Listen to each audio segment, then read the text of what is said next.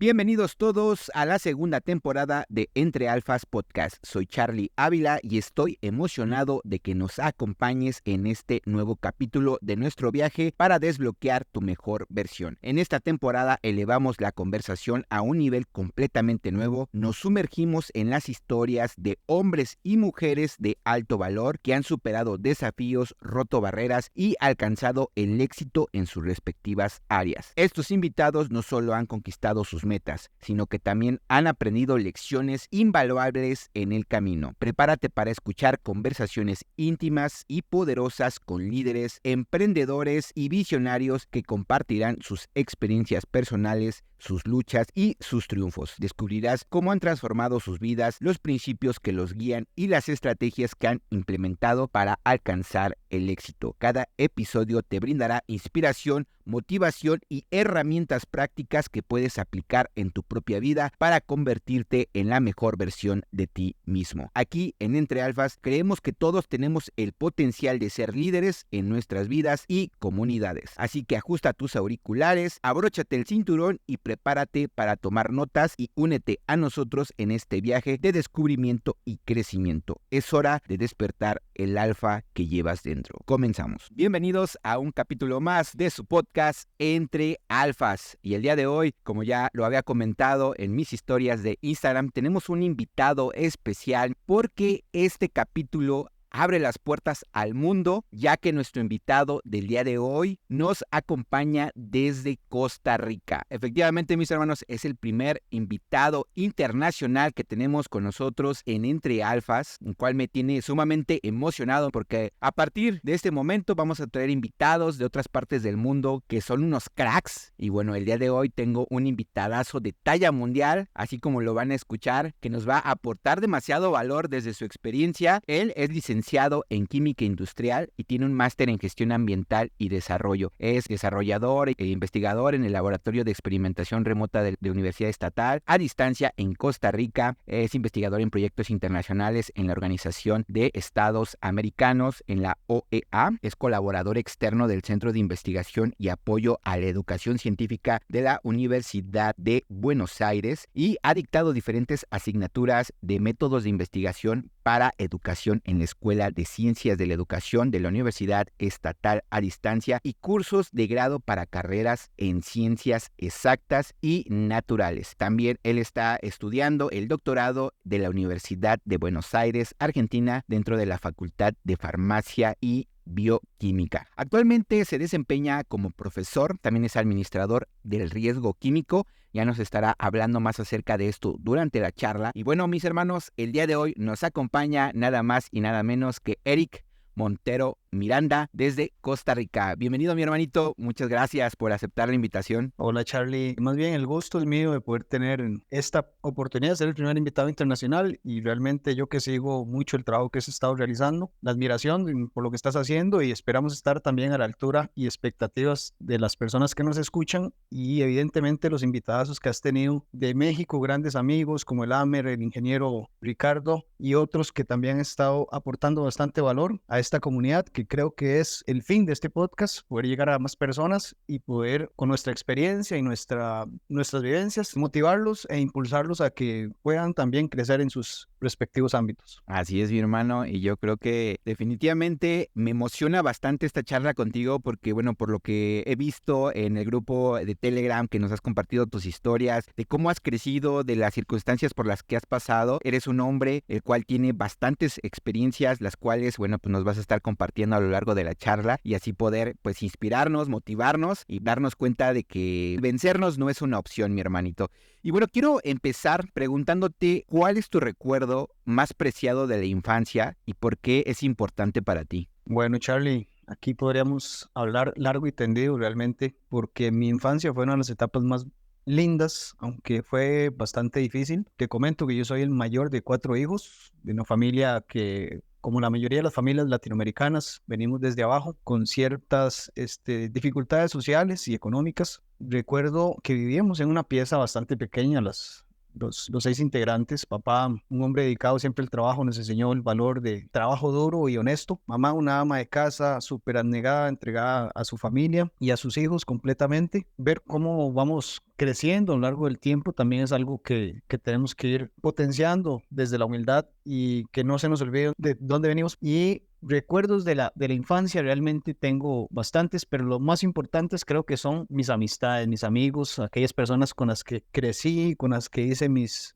primeras fechorías de niño, con las personas con quien aprendí el valor realmente de la amistad, de contar con personas con las que uno puede desarrollarse en muchos ámbitos. Tuve una niñez bastante difícil en términos económicos, inclusive mi familia llegó a tener asistencia social acá en el país y esta etapa de la infancia me marcó mucho en muchos aspectos. Tuve la opción de crecer en un ambiente bastante sano en muchos aspectos, ver dificultades sociales también a nivel de económico y todo dentro de la familia, pero algo que me ayudó también desde las dos caras de la moneda, poder potenciarme y llegar a ser quien soy hoy en día. De hecho, mis padres, que siempre apoyaron la parte del estudio, es algo que les voy a agradecer toda la vida, se preocuparon mucho en ese sentido. Desde el valor de estas amistades, de tener todo este ambiente sano donde crecí jugando y riendo con los chicos en el barrio, donde pude practicar infinidad de deportes, es uno de los recuerdos más lindos que tengo, a pesar de esas dificultades que te comentaba.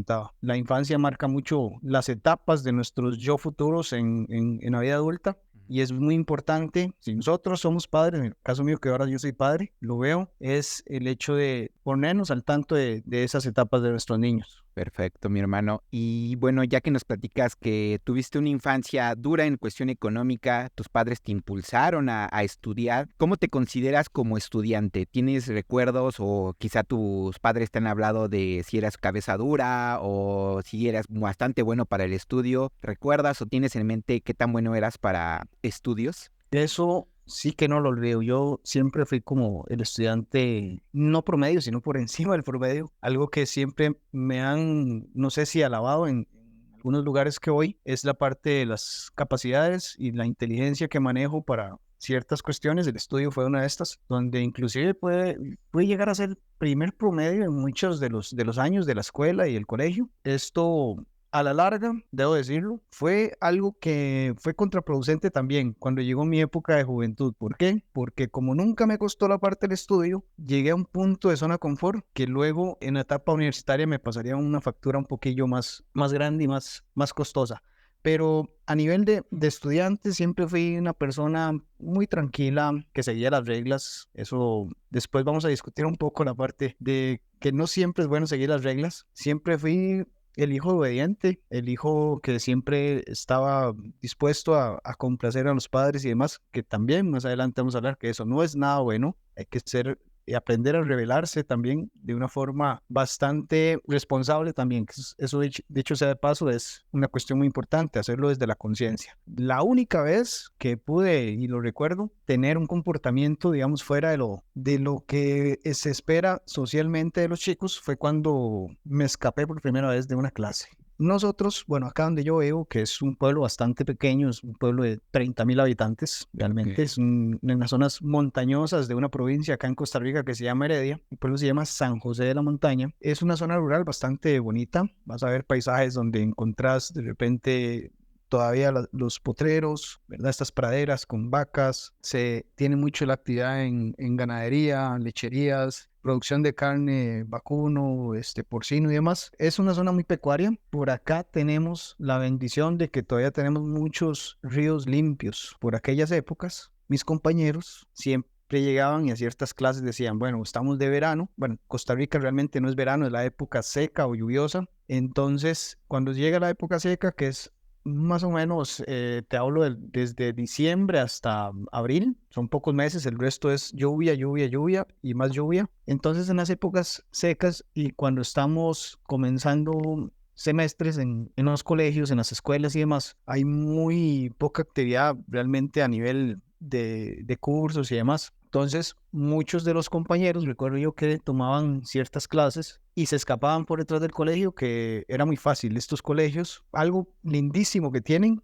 es que no hay cercas y no hay muros, no hay nada de estas cuestiones que sí encontramos en las zonas urbanas y todo es muy abierto. que es lo contraproducente, que entonces no tenemos muros, los chicos pueden hacer lo que les venga en gana. Entonces los chicos siempre se iban los chicos y las chicas para unas pozas, llamamos nosotros acá, ¿verdad? Que son como sitios donde se empoza el agua en los ríos, es muy tranquilo y ahí uno puede usarlo de piscina. Entonces las famosas pozas que visitábamos o que visitaban los chicos, siempre me insistían, es como Eric, vamos, no sé qué, y nos quedábamos siempre el mismo grupito que ya nos tachaban de los nerds del aula, te dicen, no, déjalo, que él es el que siempre está estudiando y el ratón de biblioteca y demás. Resulta que hacia mi último año en la secundaria, estamos hablando que eso fue, ¿qué te gusta? En el 2004, ya hace 20 años de eso creo, conozco una chica, entonces esta chica ya comienza como a impulsarlo a uno, a decir, no, pero vamos, es el último año y demás, y ahí es cuando comienza este amor de verano donde uno toma decisiones locas y comienza a seguir la corriente. Y por primera vez debo decir que sentí la adrenalina cuando me escapé por primera vez cruzando esa cerca de alambres para irme con los muchachos para estas pozas. Con la mala suerte que cuando volvíamos nos encontró en la vuelta del colegio la directora. Entonces viene ya la otra parte que siempre le tuve miedo, que era el hecho de, wow, van a llamar a mis padres y ahora voy a tener problemas. Porque ellos tenían cierta imagen de mí como el estudiante y el hijo que siempre seguía las reglas. Pues las rompí en este momento y entonces iba a tener problemas. Pues así fue. Llamaron a nuestros padres, tuvimos este primer acercamiento a lo que sería uno de los regaños más grandes en mi vida, no lo voy a olvidar, donde mi madre decía, estoy decepcionado de usted. Entonces aquí comienza también un condicionamiento psicológico hacia la parte de la culpa, que es algo que es muy usual también en las familias latinoamericanas, y es utilizar la culpa, o en este caso, sí, la culpa realmente sobre algo de una expectativa que tienen tus padres, y eso pues me frenó bastante ese año. De hecho, me llevó a tener problemas con esta chica con la que salí y me gustaba, al punto de que se deshizo esa relación. Quiero que regresemos hacia atrás, donde decías que, bueno, te escapaste de la escuela, la directora los encuentra y tu mamá, pues, obviamente te llama la atención, ¿no? Y te dice que está decepcionado de ti, ¿no? De cierta forma. ¿Qué aprendiste tras esa plática, esa charla que tuviste con tus padres, el haber faltado a su palabra, el quizá haberlos traicionado de cierta manera a su confianza? ¿Qué pudiste aprender de ese entonces? ¿Tienes algún recuerdo acerca de esto? Más que aprender, Charlie, yo decir que me generó más bien un trauma. ¿En qué sentido? En que si algo yo tenía era la exigencia hacia lo que yo hacía, a mis principios y valores, fallar de esa manera me generó un sentimiento de culpa muy grande. Y ese sentimiento de culpa lo arrastré durante muchos años más con cada cosa que hacía y repercutía mucho en mi vida personal, porque eso me convirtió a la larga en una persona que se enfocaba en ser agradador. Okay. Y el ser agradador no nos lleva a ningún lado más que a sufrir bastante y a no poder avanzar en la vida en muchos aspectos. Si bien yo traté de corregir mucho en ese momento, a raíz de esta experiencia, me volví una persona muy retraída y simplemente evitaba el conflicto, evitaba ese hecho del portarme mal, o ser osado, el hacer cosas que no agradaran a otras personas. Entonces realmente me marcó de una manera muy negativa en ese sentido. Cuando llego a la etapa de la universidad, esto también me generó muchos problemas. ¿Por qué? Porque esa represión de los sentimientos que tuve en ese momento me llevó a muy malas decisiones. Una de las peores decisiones fue conocer el alcohol de una forma irresponsable. Otra de las decisiones muy malas fue el hecho de la utilización ya de las mujeres para fines simplemente de mi autosatisfacción, en un nivel de conciencia realmente, más bien, un nivel de inconsciencia muy alto, y también manchó mucho la reputación que tal vez yo venía manejando desde jovencito, adolescente y demás, donde era la admiración desde el punto de vista de mis profesores, de mi familia, ese ejemplo a seguir para mis hermanos y demás. Entonces cambié totalmente. Toda la parte de quién era la esencia de Eric en ese momento cambia, porque me perdí, digo yo, es que el punto donde me perdí el camino y comencé a cometer errores que hoy realmente no veo como errores, sino como cuestiones que necesitaba aprender para resignificar muchas cosas, que más adelante vamos a hablar un poquito también de eso, pero a nivel de mi etapa universitaria, que fue una etapa muy linda, no debo negarlo, también hice grandes amigos y demás, eso me llevó también por caminos que al día de hoy digo yo, bueno, puede que me atrasaran muchos de los objetivos que tengo hoy por hoy, y realmente pude decir que 10 años de mi vida se fueron en una locura total, haciendo cosas bastante dentro de desagradable y cosas que también iban en contra de mis principios y valores. ¿En qué momento, mi buen Eric, dijiste basta ya? ¿Sientes tú que tocaste ese fondo, el cual de cierta manera te impulsó a cambiar esas malas acciones, aptitudes, esas malas prácticas que te llevaron pues de cierta forma al alcohol, inclusive podría decir a malas amistades, ¿no? A esta situación de pues igual y estar con mujeres solamente por tu satisfacción? ¿En qué momento dijiste, basta, este no soy yo, voy a hacer lo posible para volver a ser quien en verdad cumple con sus valores y es ese hombre íntegro? Ok, alrededor de los 30 años tuve mi primer punto de quiebre, que fue cuando comencé una relación más estable. Pero esa relación a la larga iba a fracasar por cuestiones de la propia incompletitudes que yo tenía de fondo y esa falta de conciencia que venía arrastrando. Si bien me tranquilicé tal vez por el primer año, cuando comencé esta vida con esta pareja, a la larga yo arrastré a esta persona también al mundo en el que yo venía metido desde hace años, y eso me traería problemas a futuro, y el gran problema de eso fue perder esa relación, pero de fondo que algo más complicado, que es el hecho de pierdo esta relación con un proyecto de vida que tenía y queda una hija de por medio. Entonces, a partir de que yo termino esta relación, comienzo a ver que los problemas me alcanzan, comienzo a ver que mi vida entra en un total mierdero, es cuando comienzo a caer en cuenta y tocar fondo. De hecho, las personas tienen dos formas de llegar al grado de conciencia. Una es, que creo que es el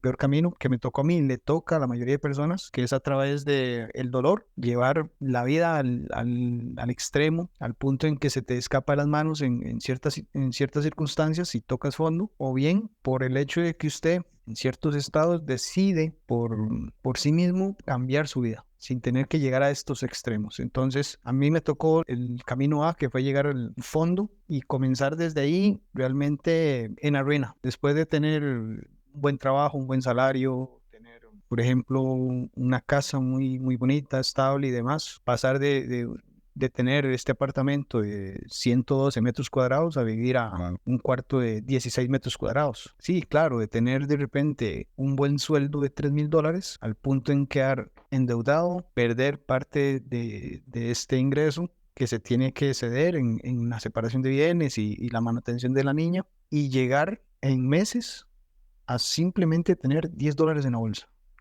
de 3,000 que recibes. Lo único que creció en ese momento fue mi masa. O sea, tenía un sobrepeso de 18 kilogramos. Entonces llegamos a ese punto de quiebre donde tengo que visitar a un médico también con mis 34 años, lo recuerdo. Eso fue hace 3 años.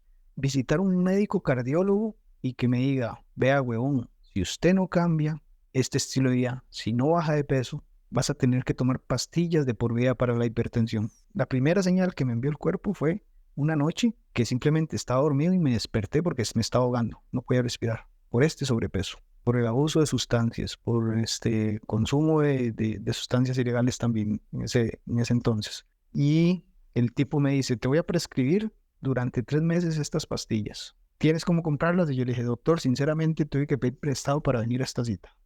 Te voy a regalar unos frascos de muestras para que estés estos 3 meses, pero tenés que comprometerte a bajar 5 kilos. Y me veo en qué momento yo me veo envuelto en 8 años porque tiene que estar tomando pastillas para el corazón por simplemente llevar un estilo de vida un poco loco, realmente. Entonces, ahí cambió un poco mi percepción y fue cuando comencé a trabajar uno de los puntos claves para mí del desarrollo personal, que es el cuerpo. ¿Tienes en mente qué era lo que te tenías insatisfecho? ¿Por qué, a pesar de tener pues este sueldo pues de $3,000 mensuales, este departamento con una familia, no lograbas sentirte pleno, no lograbas sentirte a gusto con lo que habías creado y que te llevó a esta situación? Sí, vamos a ver. Sucede que cuando uno alcanza el éxito tan joven en muchas cuestiones, pero lo hace desde la inconsciencia, nunca nada te va a llenar. Ni el dinero, ni tener tal vez la mujer de tus sueños, ni tener la casa de tus sueños, el auto de tus sueños, porque siempre va a haber algo que le va a decir a uno, quiero más, para llenar ese vacío. Analizando un poco ese vacío, realmente eran muchas cosas que yo reprimía desde la juventud, fruto de muchas experiencias que tuve. Lo que te comentaba, el hecho de ser el niño bueno, me reprimió muchas cosas porque no me permitió explorar el mundo, no me permitió cometer mis errores, no me permitió aprender de esos errores y me llevó a las malas decisiones en mi vida de joven adulto, que fue cuando me perdí porque no tenía esa guía. Entonces, no tener esa guía y reprimir muchos sentimientos y emociones que venían desde mi niñez, simplemente me llevaban a ese vacío que yo quería llenar con cosas materiales. Entonces, mucha gente de repente apunta al hecho de decir, quiero ganar más dinero, pero ¿por qué quieres ganar más dinero? Dice, no, porque quiero comprarme cosas. ¿Y para qué quiere comprarse cosas? Porque necesito tenerlas. ¿Y para qué necesita tenerlas? Entonces aquí va y nunca se llega realmente a por qué es que quieren ganar el dinero. Si usted me pregunta el día de hoy, Eric, ¿por qué usted quiere ganar dinero? Yo simplemente es que los problemas generados por dinero ya no sean un problema para mí, para yo enfocarme en realmente lo que me interesa, que es impactar al mundo con lo que ahora hago y con lo que sé, poder ayudar a las personas, pero no es simplemente para llenar un vacío del materialismo que antes sí tenía, porque una vez que comienzas a trabajar la parte de la mentalidad, del desarrollo personal, entendés muchas cosas que desde la inconsciencia no entiendes. Y eso me tardó los últimos 3 años, o sea, pasé básicamente 34, casi 35 años en la inconsciencia total, cometiendo las mayores cagadas de mi vida y que a la larga me iban a llevar inclusive a cuestiones más fuertes como la autoeliminación, si yo hubiera seguido en ese tipo de camino, porque ya estaba entrando en un nivel de depresión que nada me llenaba, ni tener una pareja, ni tener la casa, ni tener esto, ni tener lo otro. Entonces digo yo, ¿qué más queda? ¿Qué más puedo hacer? Y aquí es cuando yo hago el cambio de la mentalidad, utilizo algo que Brian Tracy define como la flexibilidad psicológica y es el hecho de tomar las cosas malas, resignificarlas y tomar el aprendizaje. Y comienzo a despegar en la parte del desarrollo personal y comienzo a entender cómo es que trabajarme a mí mismo va a cambiar mi percepción del mundo, porque a la larga el cambio de paradigma es algo de lo que las personas no están habituados y piensan que en la vida de mierda que viven es en la vida de mierda que van a morir. Y realmente no es así. Nosotros realmente somos los que decidimos y forjamos ese futuro que queremos para nosotros. Claro, no, y totalmente de acuerdo con lo que comentas. El primer paso para poder hacer esa transformación es decidir que quieres cambiar, ¿no? Y como tú lo comentas, pues yo creo que fue un paso primordial. Ya nos platicabas que, bueno, tuviste que conseguir dinero para ir a la cita médica a la que fuiste, donde el doctor pues igual y te proporcionó esos medicamentos que necesitabas. Y bueno, fue el parteaguas, ¿no? Para poder empezar ese camino de desarrollo donde empezaste por tu cuerpo. ¿En qué momento fue donde, el cuerpo pues lo empezaste a cambiar, ya sea a través de ejercicio, ya nos estarás contando, pero la mente, ¿de qué manera fue que la trabajaste para fortalecerla? En este caso, hacer el cambio desde la raíz, ¿no? Que eso es como que lo primordial. Sí, bueno, esto es algo bastante interesante porque hay dos cosas que aprendí de un colega y es dos cosas que él odia, que me dice, Eric, yo odio la gente que llega tarde y las excusas. Dice, porque para llegar tarde siempre hay tiempo y para una excusa siempre hay otra mejor. Yo tomé esto y dije, bueno, ¿cuáles son mis excusas para no cambiar lo que yo estoy viviendo ahora? Y lo que me di cuenta es que todo depende del control. ¿Qué controlo yo y qué no controlo? Entonces, cuando yo comienzo a fijar estos puntos de partida, entonces digo yo, bueno, yo no puedo controlar lo que pasa afuera, puedo controlar lo que pasa adentro. Ahora, ¿cómo puedo controlar lo que pasa adentro? Y ahí es el trabajo que viene desde la mentalidad. Si nosotros nos ponemos a analizar un poco, la mente domina mucho toda la parte de cómo nos comportamos. Ahora, la mente tiene una peculiaridad que es el hecho de que se divide en dos grandes secciones, que es la mente consciente y la mente subconsciente. La mente consciente es la que nos mantiene a nosotros ese ruido mental a diario y nos impulsa hacia el éxito, seguir adelante o nos estanca donde estamos. Si nosotros nos ponemos a analizar un poco el funcionamiento cognitivo realmente de la mente, nos damos cuenta que podemos tener hasta unos 25,000 pensamientos al día. Entonces digo yo, ¿cómo puedo yo controlar 25,000 pensamientos al día? Pues simplemente me voy un poquito más abajo de este análisis y digo, bueno, hay algo que genera los pensamientos. Los pensamientos van a generar emociones y una persona muy volátil no tendrá más de 6 emociones al día. Si tiene más de 6 emociones al día, pues ahí sos bastante explosivo y hay que ir a revisarse porque no es algo muy usual. Pero una persona promedio tiene entre 3, 2, mucho 5 emociones al día. Cuando yo comienzo a monitorear mis emociones y las emociones tienen algo muy interesante, es el hecho de que siempre aparecen con algún tipo de manifestación física. Entonces, cuando yo, y comencemos a pensarlo, cuando yo estoy nervioso, cuando estoy ansioso, comienzan a sudarme las manos, ¿verdad? Comienza a acelerarse el corazón. Cuando yo estoy enojado, con ira, quiero decirle algo a alguien, me lo aguanto, pero estoy muy enojado, comienza a apretarse el pecho y la garganta. Entonces, todo este tipo de manifestaciones físicas comenzaron a mí a ayudarme a detectar cómo funcionan las emociones. Ahora sí, sabiendo la emoción que yo estoy sintiendo, me devuelvo otra vez a la central de mi cuerpo, que sería el cerebro. ¿Qué está detonando esa emoción? Pues me voy a analizar los pensamientos. Y como un observador, que esto lo aprendí también de un libro que es El poder de la hora, ¿verdad? De Eckhart Tolle, me convertí en un observador presente, donde competía contra mi mente por el control. Y esto cuesta mucho, porque uno llega y dice, puña, ¿cómo llego a competir realmente con mis pensamientos? Porque la mente es la que quiere controlar siempre, y aquí es la manifestación del ego. Entonces, ¿cómo compito contra ese ego? Y es estando presente. Esa presencia donde yo comienzo a observar los pensamientos me ayudan a utilizar toda esta teoría que te digo de las dos partes de la mente, que es la parte consciente y el subconsciente, y me doy cuenta de que la mente solo puede tener un pensamiento a la vez, la mente consciente. Y esto lo aprendí también de un recurso gratis que se los recomiendo a todos para comenzar en esta parte de la mentalidad, que es el Seminario Fénix de Brian Tracy. Ahí viene mucha información. Si luego pueden adquirir el libro de Si lo crees, lo creas, también van a aprender bastante, que va muy enfocado en esto. Pero yo escucho a este señor hablar del hecho de que la mente consciente solo puede tener un pensamiento, y digo, sí es cierto. Que él dice, hagamos el ejercicio. Piensa en algo ahorita, piensa en otra cosa. Cuando usted comienza a pensar en otra cosa, el primer pensamiento no se retiene, sino que es desplazado por este segundo pensamiento. Y aquí es como activamos la forma de reemplazar pensamientos negativos por pensamientos positivos. Y a partir de eso comienzo a cambiar mis pensamientos comienzan a cambiar mis emociones. Si cambio mis emociones y estas emociones son mucho mejores que las que tenía anteriormente, voy cambiando mis acciones. Si cambio mis acciones, voy a cambiar los resultados que tenía. Y esta es una de las bases más importantes de la mentalidad, una de las bases más importantes para todo lo que queramos hacer en la vida. Desde las interacciones sociales, desde la parte de los negocios, desde la parte del trabajo, lo que sea. Perfecto, mi hermano. De hecho, esto que acabas de comentar es muy interesante y me viene a la mente una pregunta. Si pudieras resumir en pasos muy sencillos y concretos, ¿cómo tú has logrado, de cierta manera, dominar tu mente, esa vocecita que nos invade, como bien lo dices, a lo largo del día? ¿Cómo tú podrías definir estos pasos para poder dominarla y hacer lo que en realidad debes de hacer, ¿no? Y no dejarte invadir por esta vocecita. La parte más importante en este sentido creo que viene desde la disciplina. Y hay una conexión muy importante entre lo que es los hábitos que yo tengo, que desarrollo con disciplina, la parte de cómo yo trabajo mi cuerpo, cómo lo alimento, cómo lo ejercito y cómo pienso yo también. Entonces, si usted logra un desarrollo integral en estas áreas, va a controlar mucho lo que piensa. Los pasos al inicio, yo siempre llevaba mi libretita donde yo escribía cómo me sentía, qué pensaba, qué me pasó y demás. Entonces, llevar siempre es un diario, es muy bueno, un diario de emociones le llamo yo, para que usted comience a identificar qué es lo que está pensando, cómo se está sintiendo. Otra cuestión importante es tratar siempre de estar presente. ¿Cómo se logra estar presente? Bueno, una de las formas más fáciles es la meditación, practicar la meditación a diario. El hecho de si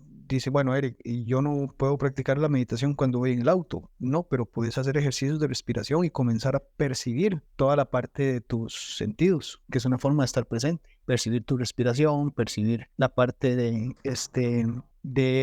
el tacto, lo que estás viendo, lo que estás escuchando, además te ayuda a estar el mindfulness, exactamente. Eso te ayuda mucho a la parte de la mentalidad. Algo interesante que plantea Freud es el hecho de que las emociones negativas, si es que tienen algo bueno, lo bueno que tienen es el hecho de que las emociones negativas no son permanentes. Si yo estoy presente, si yo estoy aquí ahora y comienzo a estar y convertirme en un observador de mis pensamientos, yo puedo cambiar mucho la mentalidad. ¿Por qué? Porque comienzo a sustituir con esta ley de sustitución la parte de pensamientos negativos por pensamientos positivos. Fíjate que aquí, sumando a lo que acabas de comentar, mi hermanito, recuerdo que vi en un video, o no recuerdo si fue en un podcast que escuché, que decía que una emoción en nuestro cuerpo dura aproximadamente 90 segundos. Entonces, si tú logras mantenerte en presencia, en respirando, transitando esa emoción durante este tiempo, vas a liberarla de una forma pues más rápida a que si te empiezas a sumergir en los pensamientos de qué pasaría y todo eso, sino te empiezas a transitar esa emoción, así es como logras, digamos, pues de cierta manera abrazarla y dejarla ir por donde vino, ¿no? Y mi hermanito, antes de pasar al segundo bloque, yo sé que eres una persona que viaja, que le gusta conocer nuevos horizontes. ¿Qué significa para ti no se viaja para escapar de la vida, se viaja para que la vida no se escape? Es como una consigna que tengo yo de la vida. He tenido mucho la percepción del mundo. ¿Por qué? Porque el hecho de pensar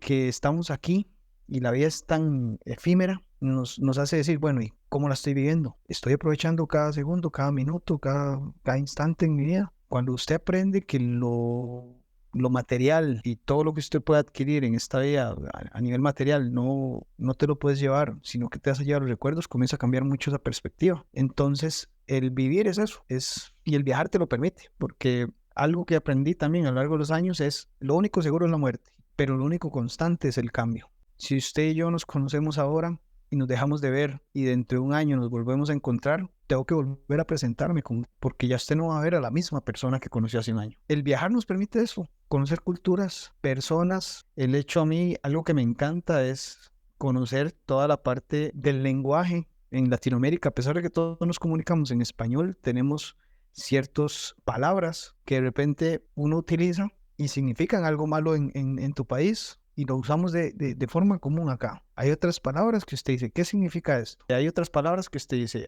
nosotros lo decimos de otra manera. Yo, claro, estamos con un choque cultural.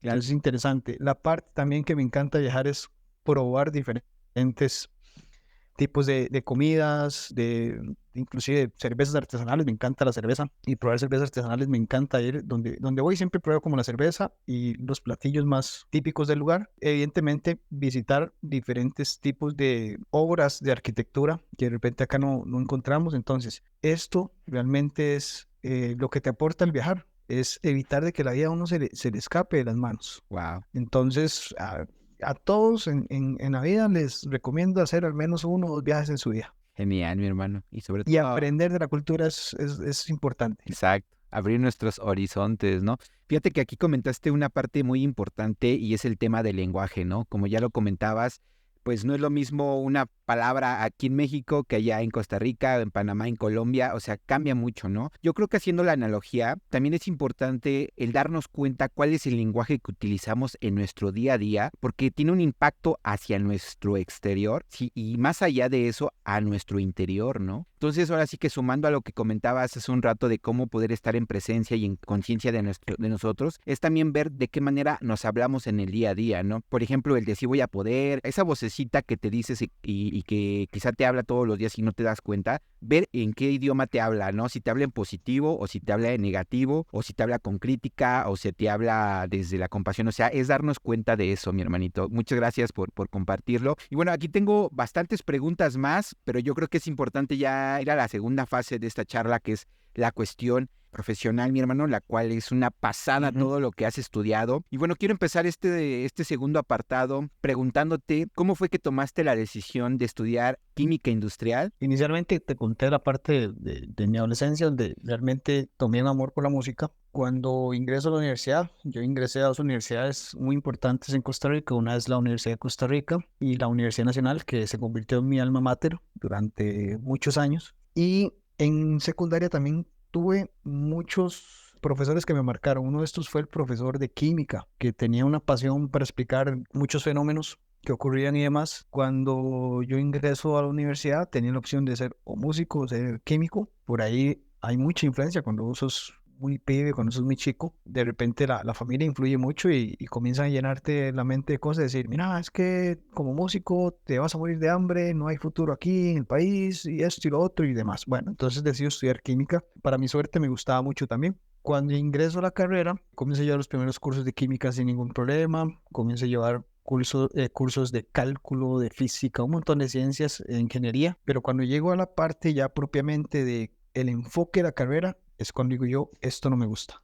no me gusta, no quiero ser una persona que está dentro de una industria metido día y noche, no me gusta ir a hacer lo mismo todos los días, no me gustaría estar con el estrés de que tengo que responderle a este jefe y que si me escribe en la noche tengo que resolverle, que si la industria tuvo un problema tengo que desplazarme, porque así es el comportamiento de la industria te va a exigir, o sea, la industria funciona 24/7. Entonces, cuando me dice, usted va a estar a cargo de un laboratorio de análisis, cuando usted me dice, va a estar a cargo del control de calidad, usted va a estar a cargo de esto y lo otro, ok, entonces digo yo, ok, voy avanzado a mi tercer año de carrera y me estoy dando cuenta que esto no me gusta. Entonces voy a ser un profesional más frustrado. Pero acá me caen salvavidas, que es una rama muy oculta de todas las profesiones, que es la educación. El hecho de que yo pueda ser un profesional en arquitectura, en leyes, en finanzas, lo que sea, que usted puede relacionar todas esas profesiones a la parte educativa, o sea, enseñarlo. Cuando a mí me cae este salvavidas a través de un proyecto que te estaban reclutando estudiantes asistentes y iban a pagar un sueldo, entonces yo, esto está genial porque voy a ganar dinero y voy a hacer algo que parece fácil. Recuerdo que cuando ingreso a este programa, yo tenía una jefa en ese entonces. Yo venía de trabajar en laboratorios y haciendo cosas importantes y entro a este programa de educación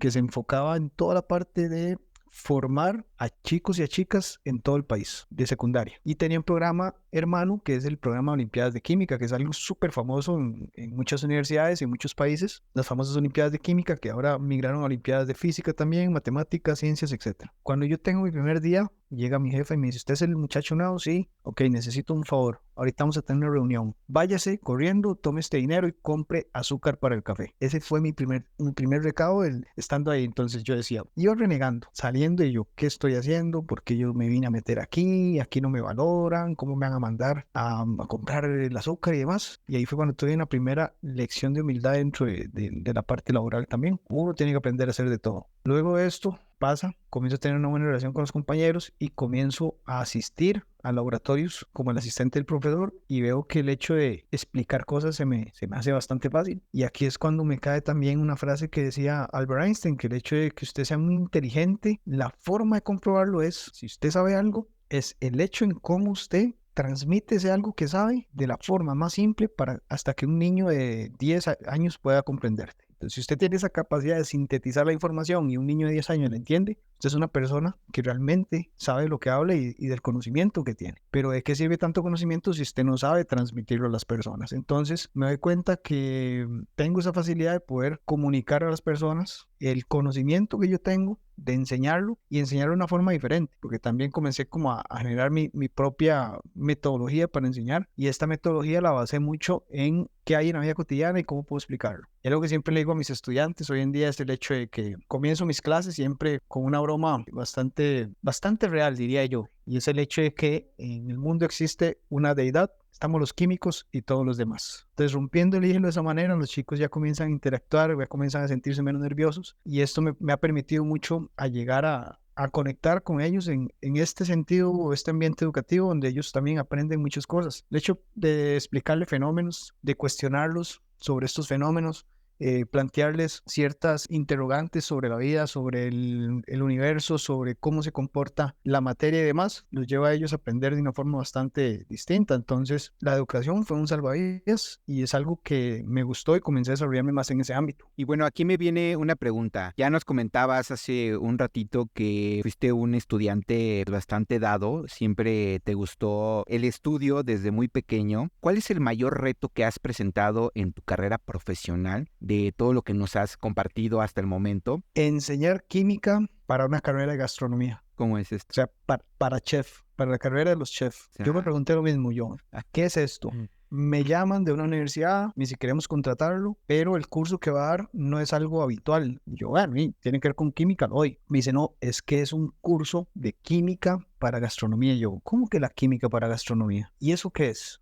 ¿Cómo se Me dice, come? bueno, sí, yo, bueno, ¿qué es que voy a ir a preparar huevos y qué sé yo? Pues resulta que la directora en ese entonces de esa carrera era chef muy famosa, Ivana, no me acuerdo el nombre, pero ella era peruana. Y me dice, bueno, ¿asumes el reto o no? Cuando me llega con esa palabra, esa frase, ¿asumes el reto o no? Yo, bueno, aquí vamos a ver ¿qué parió mamá? Como decimos acá. Aquí ¿Qué parió estamos mamá? ¿Qué hechos, vamos a ¿no? y entonces yo, está bien, dale, voy con eso. Dice, aquí está el programa. Armar ese programa fue una locura. Me volvió loco, me sacó de mi zona de confort, me llevó a estudiar cosas que nunca había estudiado, me llevó a aprender cosas geniales y cuestiones de químicas de alimentos que no sabía que existían y que me generó un reto muy bonito y que pude sacarlo adelante porque inclusive el proyecto final de ese curso fue hacer cerveza. Wow. Entonces, les enseñé a hacer cerveza. Primero aprendí yo a hacer la cerveza, después les enseñé. Y me sacó de esa zona de confort, me llevó a aplicar realmente el conocimiento y decir de qué estamos hechos, como dijo usted, y aprender cosas interesantes. Imagínate que cocinar un huevo cocido, estos huevos duros, ¿no? Ujú. Tiene su ciencia. Porque cuando usted comienza a estudiar la estructura, tanto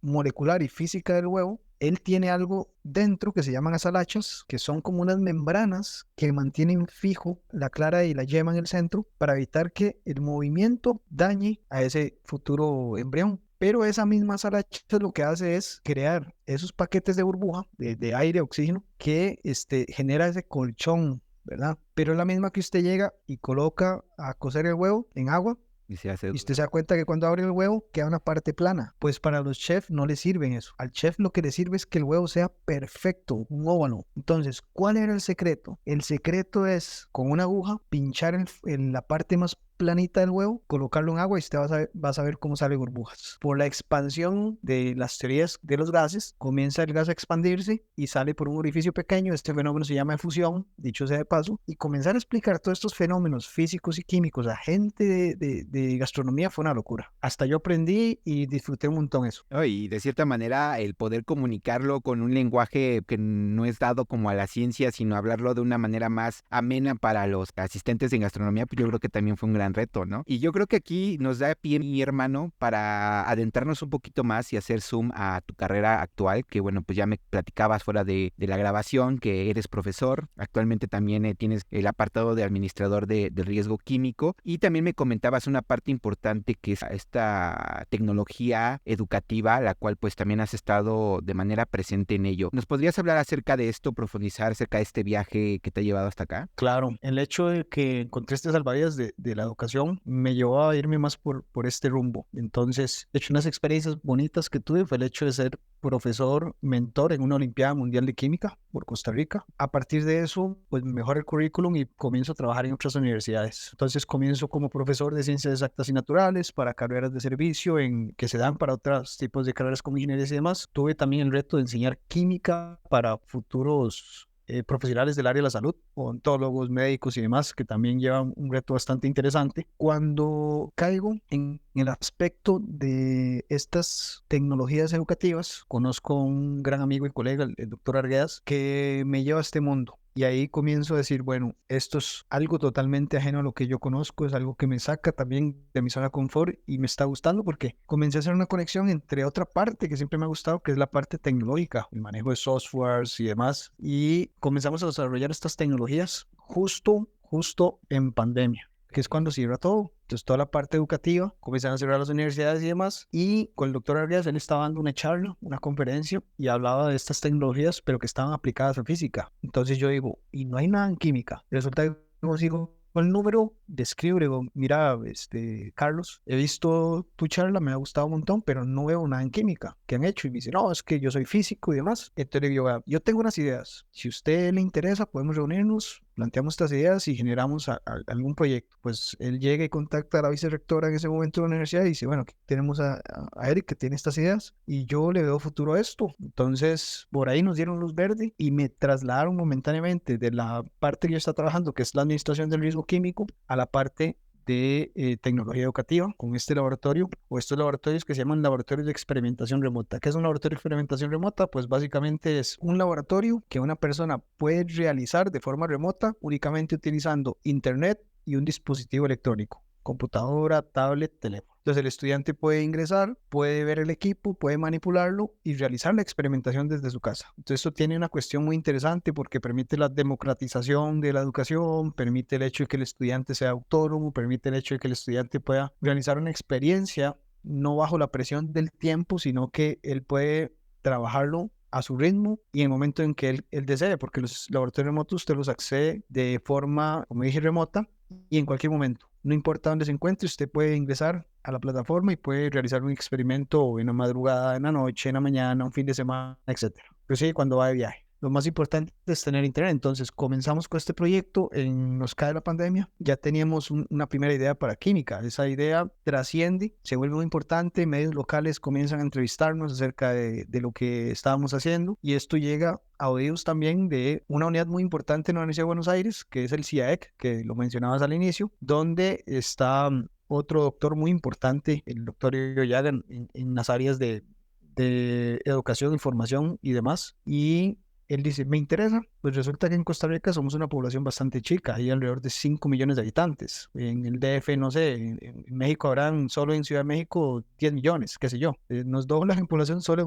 en una ciudad y aquí el país son 5 millones. En Argentina pasa algo similar. La ciudad de Buenos Aires es una ciudad bastante grande. La Universidad de Buenos Aires es una universidad que tiene más de 400,000 estudiantes. Entonces imagínate, ellos tienen que pasar por algo que se llama ciclo básico común, que son los cursos base para entrar a cualquier carrera, y existe la problemática de que usted tiene poblaciones masivas y que tienen un carácter heterogéneo desde el punto de vista educativo, o sea, que no tienen el mismo nivel de formación y de conocimiento. Entonces, ¿cómo regula usted los chicos que vienen de zonas rurales y no tienen tanto acceso a ciertas cuestiones educativas, como los que sí tienen un mayor bagaje porque vienen de instituciones privadas, etcétera? ¿Y cómo hace usted para tener tal vez 5,000 estudiantes en un curso y que puedan llevar a un laboratorio? Entonces, presentamos esto a este grupo de profesores e investigadores en Argentina, les gusta, utilizan el laboratorio remoto en química, fue un éxito, sacamos artículos y demás, y a partir de eso comenzamos a despegar. Wow. Al día de hoy tenemos hasta laboratorios en el área de alimentos. Y bueno, ya me platicabas fuera de la grabación que, o sea, han llegado a tener premios. Acá ya me compartías que eres ganador del Premio Internacional del Global Online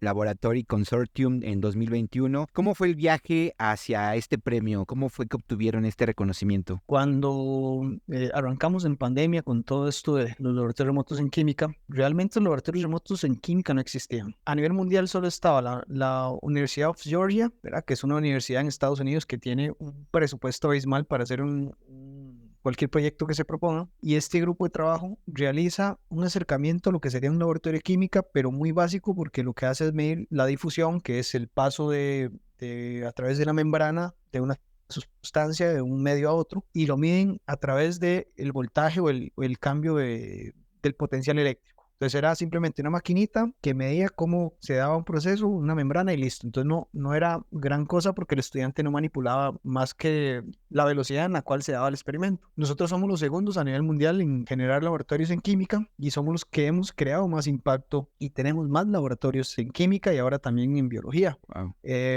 Cuando nosotros presentamos el proyecto del laboratorio remoto de ácido base, que el estudiante puede manipular equipos y abrir y cerrar llaves, y hay cambios de la cámara para que él vea el proceso, hay cambios de colores, hay cosas que se mueven y demás, y se construye gráficas en tiempo real, puede descargar datos, esos datos comenzar como si estuviera en un laboratorio. O sea, fue el acercamiento más real a un laboratorio. Lo presentamos a este concurso internacional. Debo decir que esto pertenece a la IEEE, que es uno de los organismos más importantes a nivel mundial en ingenierías y la parte online. Entonces, este consorcio lo que hace es premiar los desarrollos más novedosos en las áreas de educación online o experimentación online. Nosotros ganamos, en este caso, estuvimos por encima de universidades de Alemania, de Estados Unidos, universidades importantes en Europa, y ganamos el primer lugar en una categoría que se llama laboratorio visualizado a partir de este desarrollo que hicimos. Entonces nos llevó a despegar desde la fundación del laboratorio de experimentación remota, que fue en 2018, el primer desarrollo en química en 2020, un año después ganar un premio. Entonces tuvimos un crecimiento realmente bastante exponencial en este sentido. Hoy en día este laboratorio se está convirtiendo en uno de los más importantes, tanto así que estudiantes y personas que se convierten en funcionarios súper jóvenes, ya tenemos un chico que está haciendo pasantía en el CERN, que es uno de los centros de investigación más importantes a nivel mundial, que ahí es donde vemos todo, donde está el colisionador de partículas. Wow. Entonces, tener presencia en lugares de primer mundo es algo que también nos ha ayudado y nos ha impulsado mucho a crecer. Genial lo que acabas de comentar. Yo creo que también lo que impulsó pues esta bomba, ¿no? de crecimiento fue el hecho de, pues ahora sí que la bendita o maldita pandemia, como lo queramos ver, ya que al tener esta disposición de poder utilizar la tecnología de manera remota, yo creo que esto es bastante loco. O sea, no lo hubiese imaginado que alguien, o sea, estando a kilómetros de laboratorio, pudiese generar reacciones, que pudiera generar un experimento que pueda cambiar inclusive el curso de la historia. Para ir cerrando este bloque, quiero que me cuentes acerca de esto que has aprendido pues a lo largo de tus años de investigación a través de la educación, tecnología, y que me comentabas acerca de las mentiras del sistema educativo. ¿Qué tú has detectado, qué has visto que al menos para ti como que no cuadra? Perfecto, es un tema bastante interesante, Charlie. De entrada, como académico, te lo digo,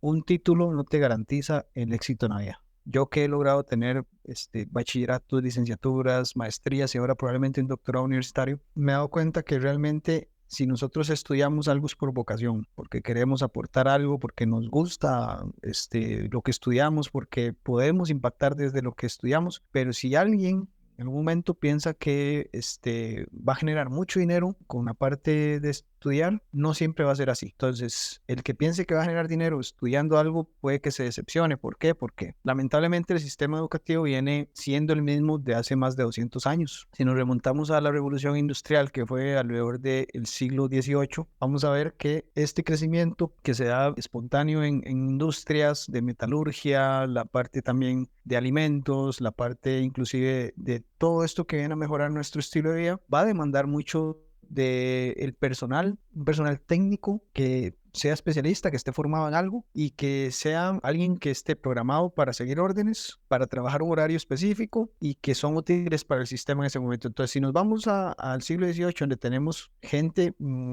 que fueron mentes en todo sentido, pero que también imponen el sistema, el capitalismo como lo conocemos actualmente, que son personas como John Rockefeller, JP Morgan, el mismo Henry Ford. Ellos tienen esa visión de crear este tipo de personas, formarlas para que vayan a cumplir sus propósitos. Entonces, son personas que están alineadas a un sistema y que van a seguir ese sistema. Entonces, ¿qué es lo malo que veo yo aquí? El hecho de que la lógica del sistema educativo es estudie, saque una carrera, mátese años estudiando para que consiga un buen trabajo, para cambiar luego su tiempo por dinero. Luego, endeúdese para tener una casa, para tener un estatus. Consiga un auto, forme una familia para que socialmente usted sea alguien. Entonces, todo este sistema nos lleva realmente por un mal camino. Vea la ilógica que yo he notado en este sentido. Si tenemos chicos muy buenos, como podemos hablar del Amer, o en su caso yo que estaba muy interesado en la parte de música y me dicen, no, es que te vas a morir de hambre,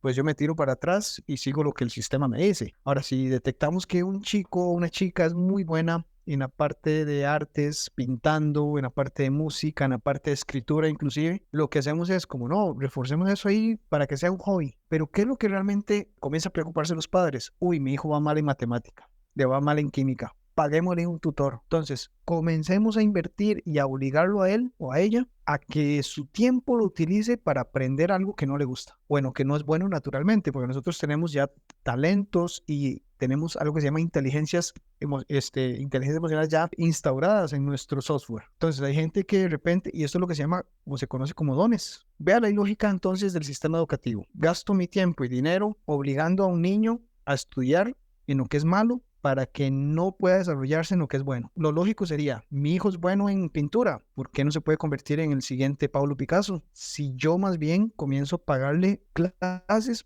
para que mejore su técnica. Entonces, la lógica del sistema educativo es, te vamos a llenar de muchas materias, y esto me lleva a una novela muy interesante, que era la Escuela de los Animales, donde a los animales teníamos peces, teníamos perritos, teníamos un águila, teníamos una tortuga y teníamos por ahí un pato. Y en esta escuela los animales los calificaban por el desempeño que tenían en diferentes cuestiones. Entonces, en natación el pato tenía un 100, era formidable al igual que el pez. Pero ¿qué pasaba con el conejo? De repente no era buen nadador, pero el conejo destacaba en la parte de atletismo porque corría muy rápido. Pero a la tortuga la castigamos porque es muy lenta. Y entonces la obligamos a la tortuga a tener horas extra para que mejorara. Cuando la tortuga era buena excavando hoyos, se volvió mediocre porque invirtió todo el tiempo en la parte de esforzarse para correr mejor. Entonces, esta fábula de la escuela de los animales nos lleva a nosotros a pensar realmente en un sistema educativo que nos comienza a medir a nosotros o a los estudiantes con la misma vara.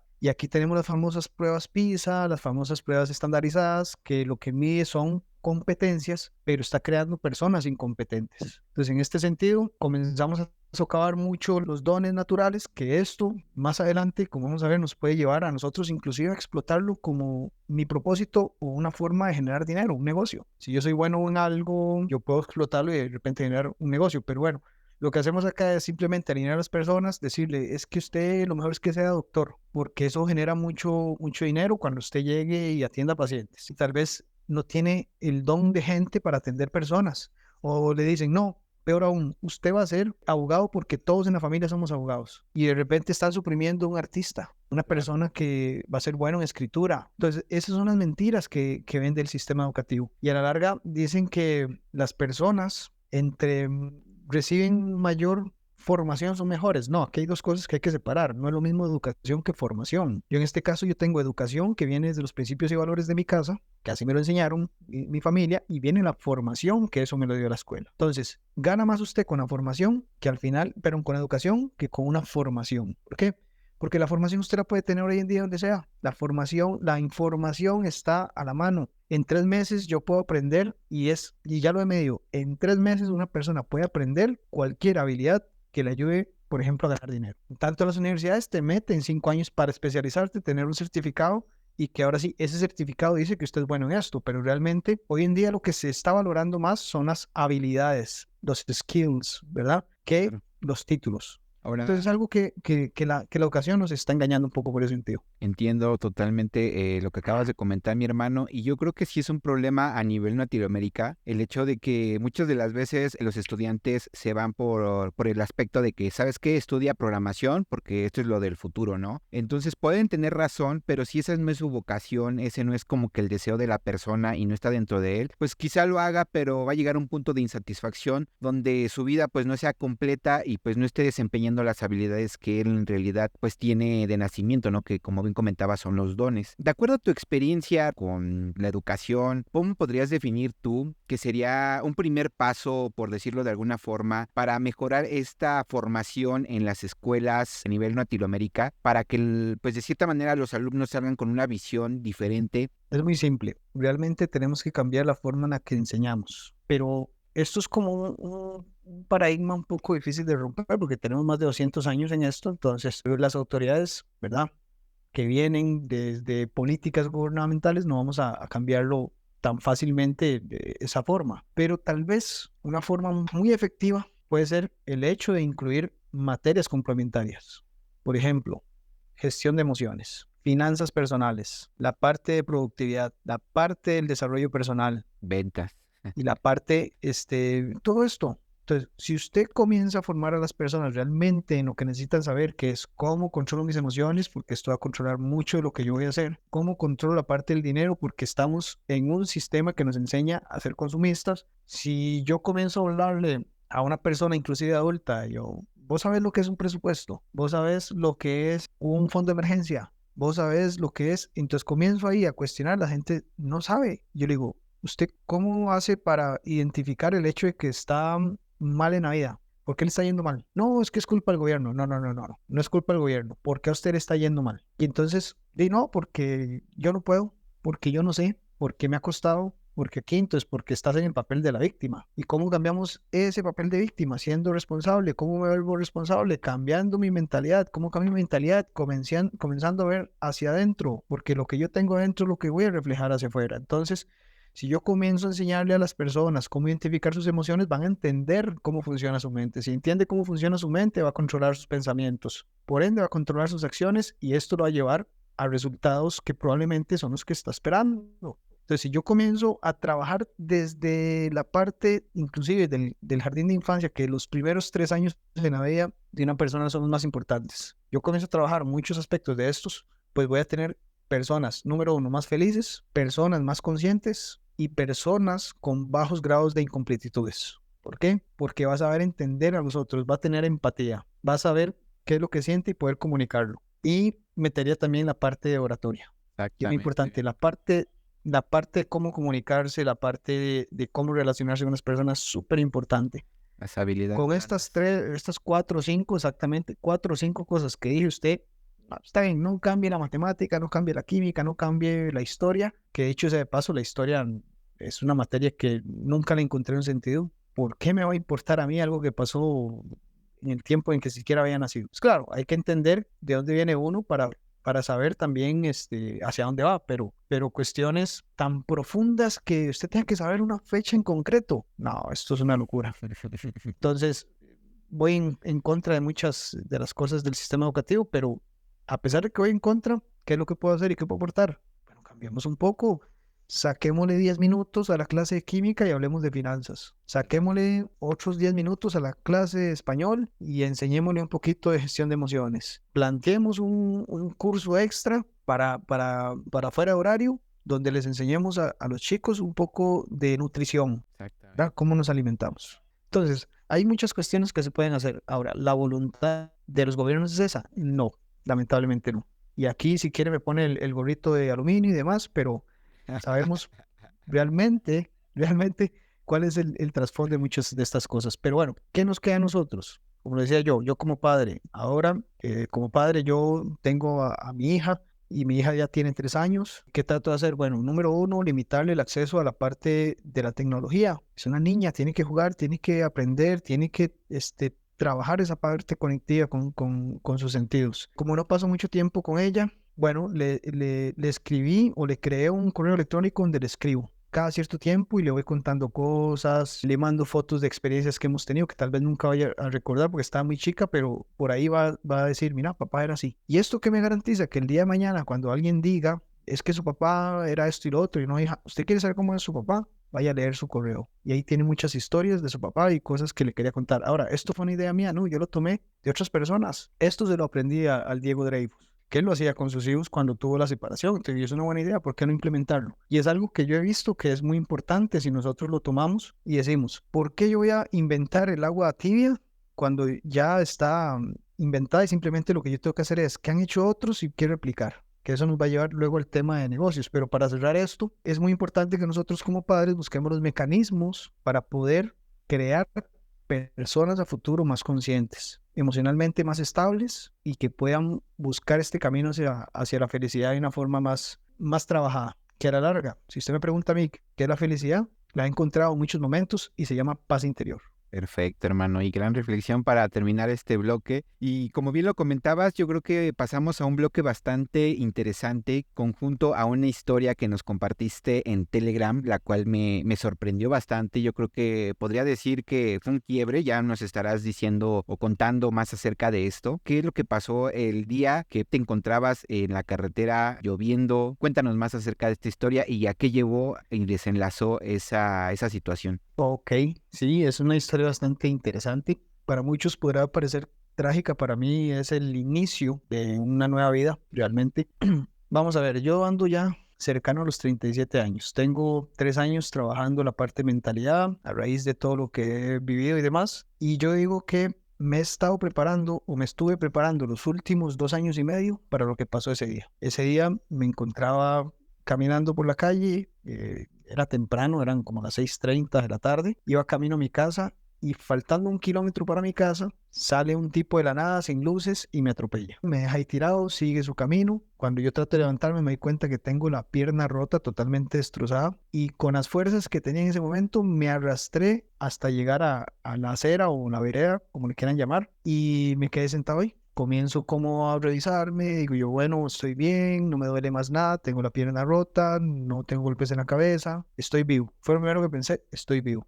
Respiré profundo, estoy vivo. Por la zona, como les conté inicialmente, por donde yo vivo es un lugar de montaña muy bonito y demás, pero también es un lugar que es muy desolado en ciertas partes. Yo estaba en una de las zonas más desoladas y más oscuras de la carretera, que tampoco ayudó mucho en ese momento, pero el hecho de que pasaran personas por ahí era muy, muy poco probable.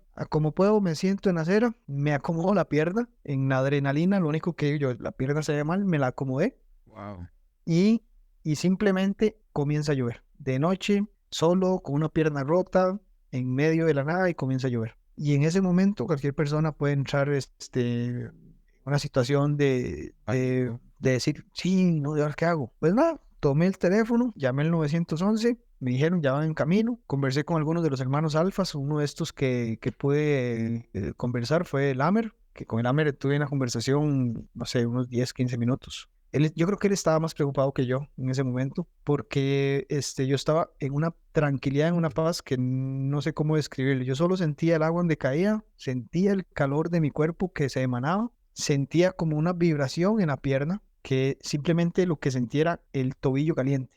O sea, la pierna estaba destrozada y yo sentía nada más calor en esa, no sentía dolor. Y en todo esto, mientras esperaba que llegara la ambulancia, que fueron 2 horas, ahí sentado esperando, tuve bastantes momentos de introspección que me ayudaron mucho. Entonces, en esto es cuando llega lo que yo les decía al inicio de la importancia de tener esta flexibilidad psicológica, que es el poder resignificar las cosas. Y lo único que yo pensaba yo es, bueno, la parte buena acá es que estoy vivo. Lo segundo es que ya viene la atención y yo tengo un buen seguro médico. Entonces voy a estar bien, me van a atender bien. Lo tercero es que ya pude informar, pude hablar con alguien, ya estoy más tranquilo. Y ahora sí, ¿qué me va a enseñar esto? Es lo que toca. ¿Qué me va a enseñar esto? Bueno, a las 2 horas llega lo que sería ya el servicio de asistencia médica. Se baja una chica paramédico, no lo olvido. Me dice, ¿qué te pasó? Ya te digo, "Mira, me arrolló un tipo en moto y simplemente se fue. Me rompió la pierna y prácticamente tengo una fractura creo que de peroné". Entonces la chica de como dice, ¿y este tipo por qué me está diciendo lo que tiene si ni siquiera sabe lo que pasó en su pierna? Bueno, todos estos años de ser profesor en el área de salud me llevó también a aprender un poco de la parte de anatomía. Entonces estoy seguro que eso es lo que me pasó. Me levanto solo, me subí a la ambulancia y me dice, no, pero ¿cómo vas a subirte? Yo, bueno, yo puedo, simplemente ayúdeme a agarrarme de acá. Me subí, me senté en la camilla y ella me iba tomando los datos. Ya íbamos camino al hospital, ya iba yo más tranquilo y bueno, ya estoy en ambulancia, tengo la asistencia médica, la chica esta me va tomando los datos y en una de estas, es una locura, pero digo yo voy a intentarlo. Le digo yo a la chica, mira, no me parece justo. Con la pierna rota, todo mojado, sentado en la camilla. Y la vuelvo a decir y le digo, no me parece justo. La chica se queda en silencio y me dice, ¿qué no le parece justo? Yo, vos estás tomando todos mis datos y yo no tengo su número de teléfono. Le extendí mi teléfono y digo, anótalo acá. La chica se queda como en shock, se ríe, toma el teléfono y marca el número de ella. Lo guarda. En la misma ambulancia yo lo agarro y marco. Y suena el teléfono a ella y entonces me dice, ¿qué está haciendo? Yo, no, estoy cerciorándome que sea el suyo. Entonces, en cuestión, hermano, de 10 minutos, que fue lo que tardó la ambulancia al hospital, 10, 15 minutos más o menos, ya tenía el número hasta la paramédico. ¿Qué es lo bueno de todo esto en realidad y todo lo que va pasando luego en esta secuencia? Es el hecho de que el poder conectar con esta chica de cierta forma, no sé, ligarla o generar un tipo de atracción, me ayudó en todo el proceso que venía. ¿Por qué? Por primera vez un hospital del estado fue lo más eficiente que yo he visto en mi vida. La chica llega, me bajan de la ambulancia, me montan en una silla de ruedas, ella me lleva directamente al consultorio médico, le explica a la doctora que hace el ingreso qué me pasó, me lleva a rayos X, habla con no sé quién, me pasaron directo a rayos X, me lleva al área de ortopedia, habla con el doctor, me atendieron de inmediato y me mandaron al hospital especializado directamente en 20 minutos. Y claro, ya después viene el proceso importante que digo yo que es donde algo que coincido en algunas de las cosas que decía Mati en esto de Alphas Academy es cómo se vende uno y cómo el carisma puede ayudarle también a uno a conseguir cosas. Y realmente fue así, ese momento de carisma con esta chica me llevó a tener una atención rápida y expedita. Luego, en el hospital especializado, utilizar el carisma, cuando llego yo y el doctor me atiende y comienzo a hablar con él y también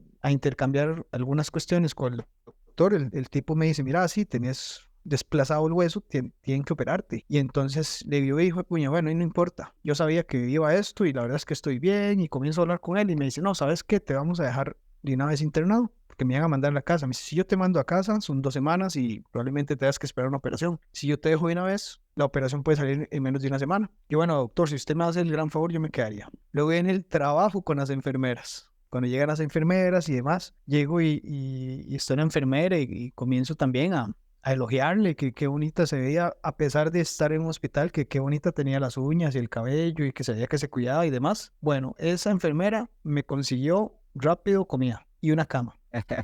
Luego de esto, llego a las salas donde hay solo 6 personas, porque en este hospital los cuidados son un poco más de primer mundo, por decirlo de alguna manera. Y de entrada veo las otras personas que están ahí y hay un tipo que me dice, ¿vos qué te pasó? Ya le cuento y lo que tengo y demás. Me dice, yo tuve también un accidente y esto y lo otro y tengo un mes acá. Acostúmbrese a estar aquí porque esto es lo que le toca a usted. Me dijo él, yo, mira, no sé quién sos, no sé qué te ha pasado, ni el estilo de vida que usted lleva, pero yo le prometo que no duro una semana acá. Wow.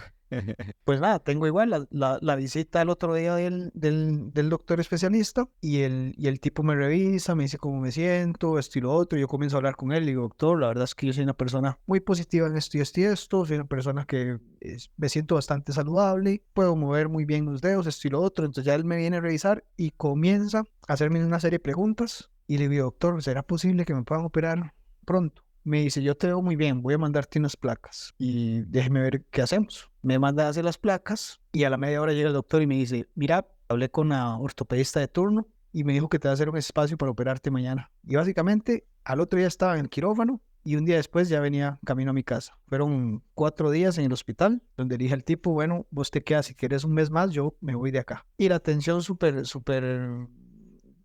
de primer mundo, como te digo.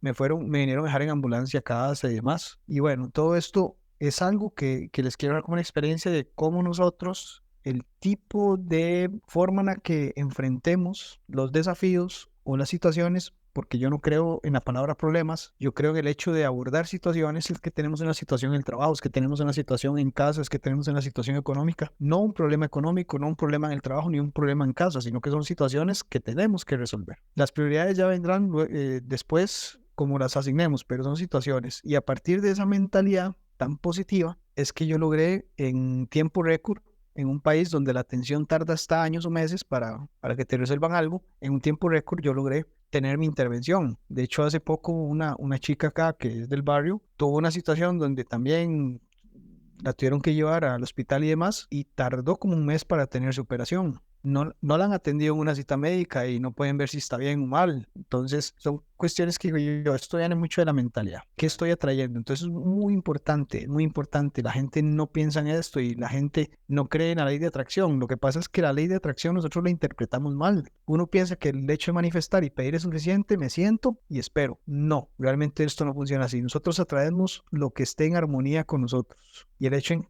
lo que yo quiero convertirme, necesito ver realmente entonces qué estoy pensando, cómo estoy actuando, qué estoy haciendo para poder convertirme en lo que quiero o obtener lo que quiero. Documentales como este, del secreto, para mí son muy chocantes porque te enfrentan a una realidad que no es la realidad de cómo funciona realmente toda la parte de energía. Si nos vamos a libros como Deja de ser tú, de Joe Dispenza, nos damos cuenta de que, y a mí me encantó ese libro porque primero está escrito por un bioquímico, segundo porque enfrenta toda la realidad de energética y de cómo funciona la mente con la ciencia. Y eso a mí me encantó ese libro y me expandió mucho la mente también en ese sentido, saber que realmente nosotros somos en su mayoría espacio vacío. Y para ponerte en una idea de cómo es el átomo, imagínense, voy a contextualizarlo a México, imaginémonos el Estadio Azteca, ¿verdad?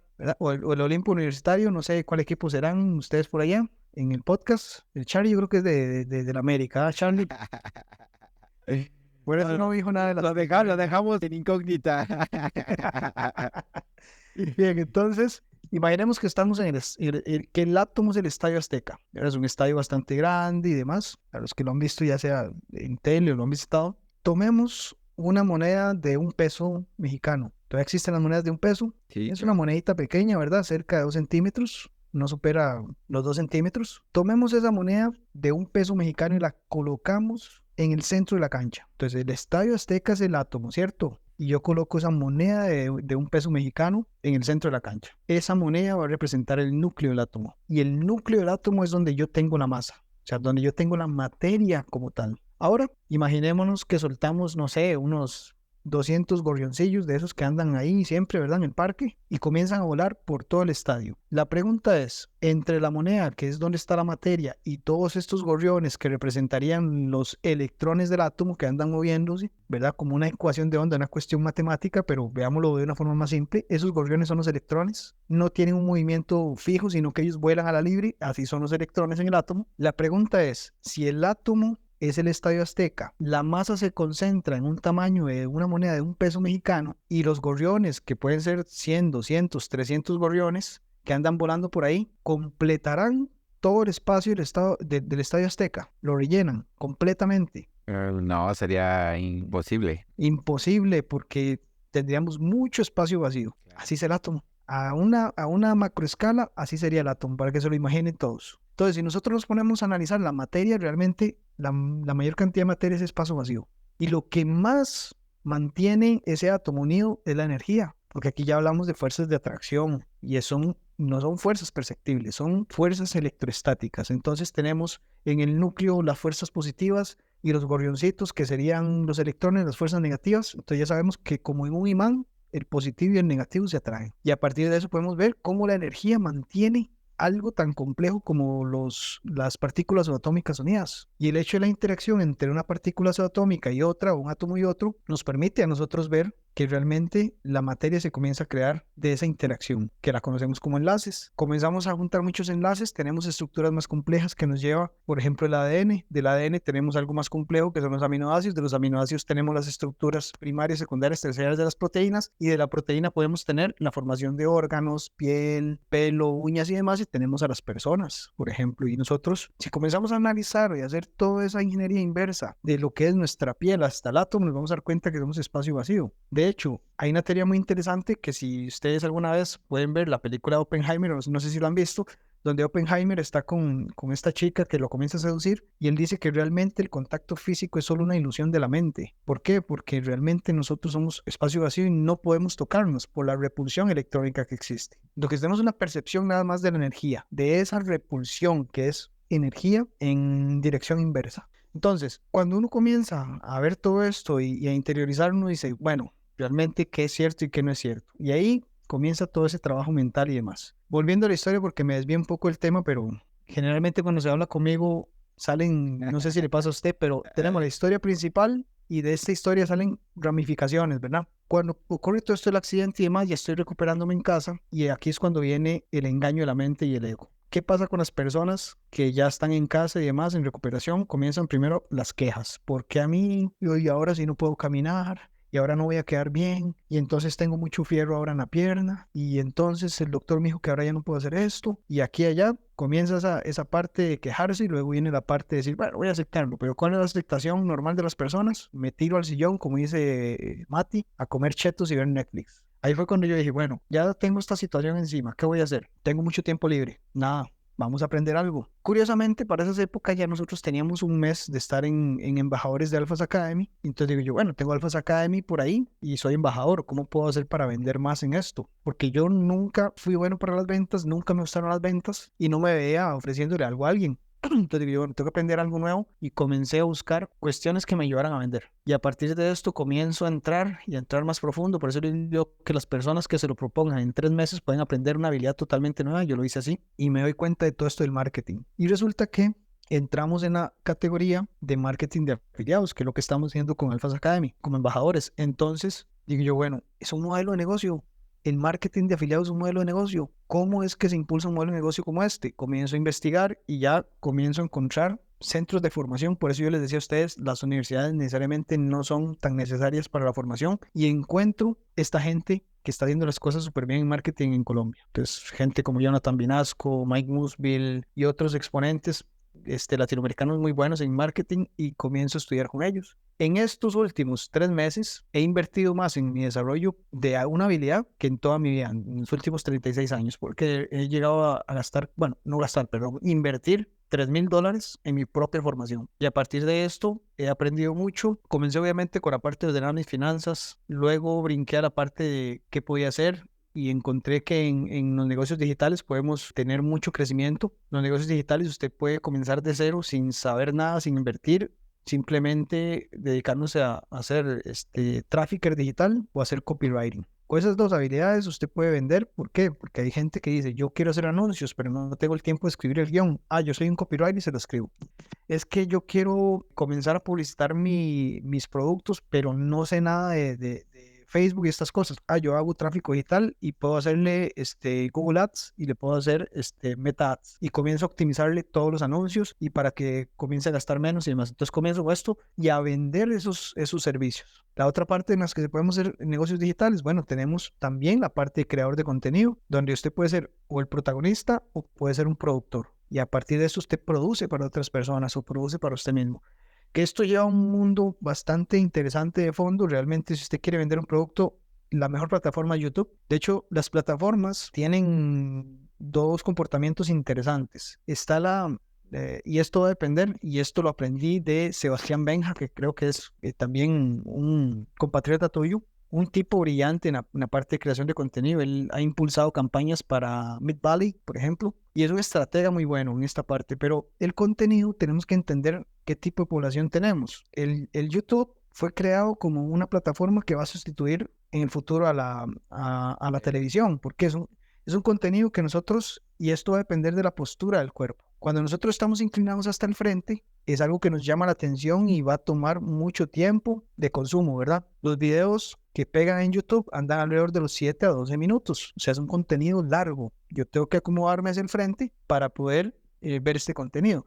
Y el otro contenido es el en el cual yo me tiro hacia atrás, que es el contenido rápido. Los Reels de TikTok, los Reels o contenido, historias de Instagram, de Facebook y demás, porque yo lo que necesito es entregar información rápido, y no tanto un contenido que va a entretener aún más o enseñar más a las personas como lo haría YouTube. ¿Qué es lo interesante de todo esto? Y es lo que he ido aprendiendo. Si usted maneja un buen contenido en YouTube, luego lo puede pasar a otras modalidades, como el Instagram o el TikTok, porque usted agarra un buen video y comienza a clipearlo, como hemos aprendido muy bien nosotros de contenido de mate, y generar ese tipo de cuestiones importantes. Ahora, otro modelo de negocio que también se puede hacer de forma digital es el e-commerce, el comercializar productos donde usted no tiene un espacio físico como tal, sino lo que hace es simplemente anunciar en un mall virtual o en una página o una tienda virtual. ¿No? Exactamente, el dropshipping es un modelo de estos. En el e-commerce también estarían, por ejemplo, estas plataformas de transporte de comidas, ¿verdad? Rappi, este otro de Uber Eats, Didi Eats, qué sé yo, es otra forma de e-commerce también. Entonces, hay muchas formas de poder uno potenciarse. Yo creo que el futuro está en los negocios digitales. Ahora, hay gente que cree en los negocios físicos. También es importante entonces apoyarse en las redes sociales para poder crecer en esto. O sea, el contenido digital no lo podemos desligar de ningún tipo de negocios. Fíjate Entonces, ¿qué quiere llegar todo esto? que Sí, justo antes de continuar, mi hermanito, yo creo que aquí es una parte importante porque justo estaba leyendo una frase que decía, hoy en día si los negocios locales, los negocios físicos no están en internet, tienden a desaparecer, ¿no? Porque hoy en día pues la mayoría de gente pues está buscando a través de TikTok, por ejemplo, que esa es una cuestión que me parece bastante increíble, de que en los últimos años TikTok se ha convertido en un buscador bastante potente que inclusive ha llegado a superar en algunos países a Google. Entonces es como ha evolucionado la tecnología, mi hermano. Y yo creo que, bueno, ya para ir concluyendo esta charla, porque definitivamente ha pasado demasiado rápido el tiempo, nos has aportado toneladas de valor y todavía nos hizo falta abordar muchos temas, mi hermano. Yo creo que lo ideal sería abordar una segunda charla, si tú nos lo permites y nos das de tu tiempo, porque claro. estos temas de marketing, de ventas, de administración, inclusive de negocios, yo creo que es imprescindible tocarlos a fondo y como se debe. Entonces, para ir finalizando esta charla, mi hermanito, y cerrarla, quiero preguntarte de toda esta historia que nos comentaste al final, de que, bueno,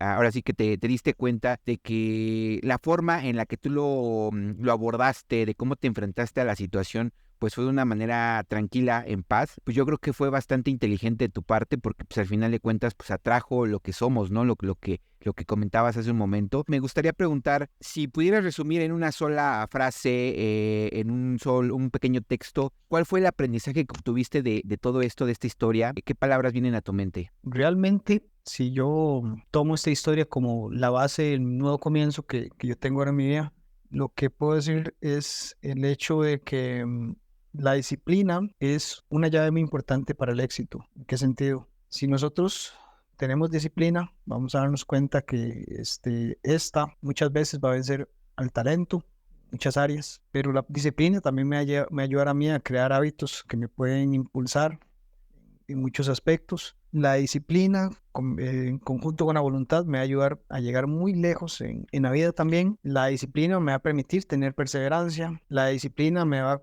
permitir a mí cambiar mi mentalidad. La disciplina me va a permitir a mí cambiar mi relación con el dinero. La disciplina me va a permitir a mí cambiar mis creencias. Y muy importante, la disciplina me va a permitir algo, que es una palabra que yo utilizo mucho ahora, que es enfocarme. Este enfoque puede ser hacia lo bueno o hacia lo malo. pero si nosotros estamos bien trabajados en este sentido y con la disciplina, podemos llegar a muchas cosas muy grandes y realmente a cambiar mucho este paradigma que muchas personas creen que no pueden, pero realmente es algo que está en la mente. Y si lo logramos dominar con disciplina, créanme que el mundo ustedes van a tener otra cosmovisión de este mundo y van a lograr muchas de las cosas que hoy creen que son imposibles. Totalmente de acuerdo, mi hermano. Y yo creo que sumando a lo que acabas de decir, que algo que hemos aprendido en Alphas Academy justo es esa parte de la disciplina, porque al momento de nosotros ejecutar desde un punto de un ser, pues de hombres que nos estamos forjando en varias áreas de nuestra vida, ventas, oratoria, vaya, N cantidad de áreas,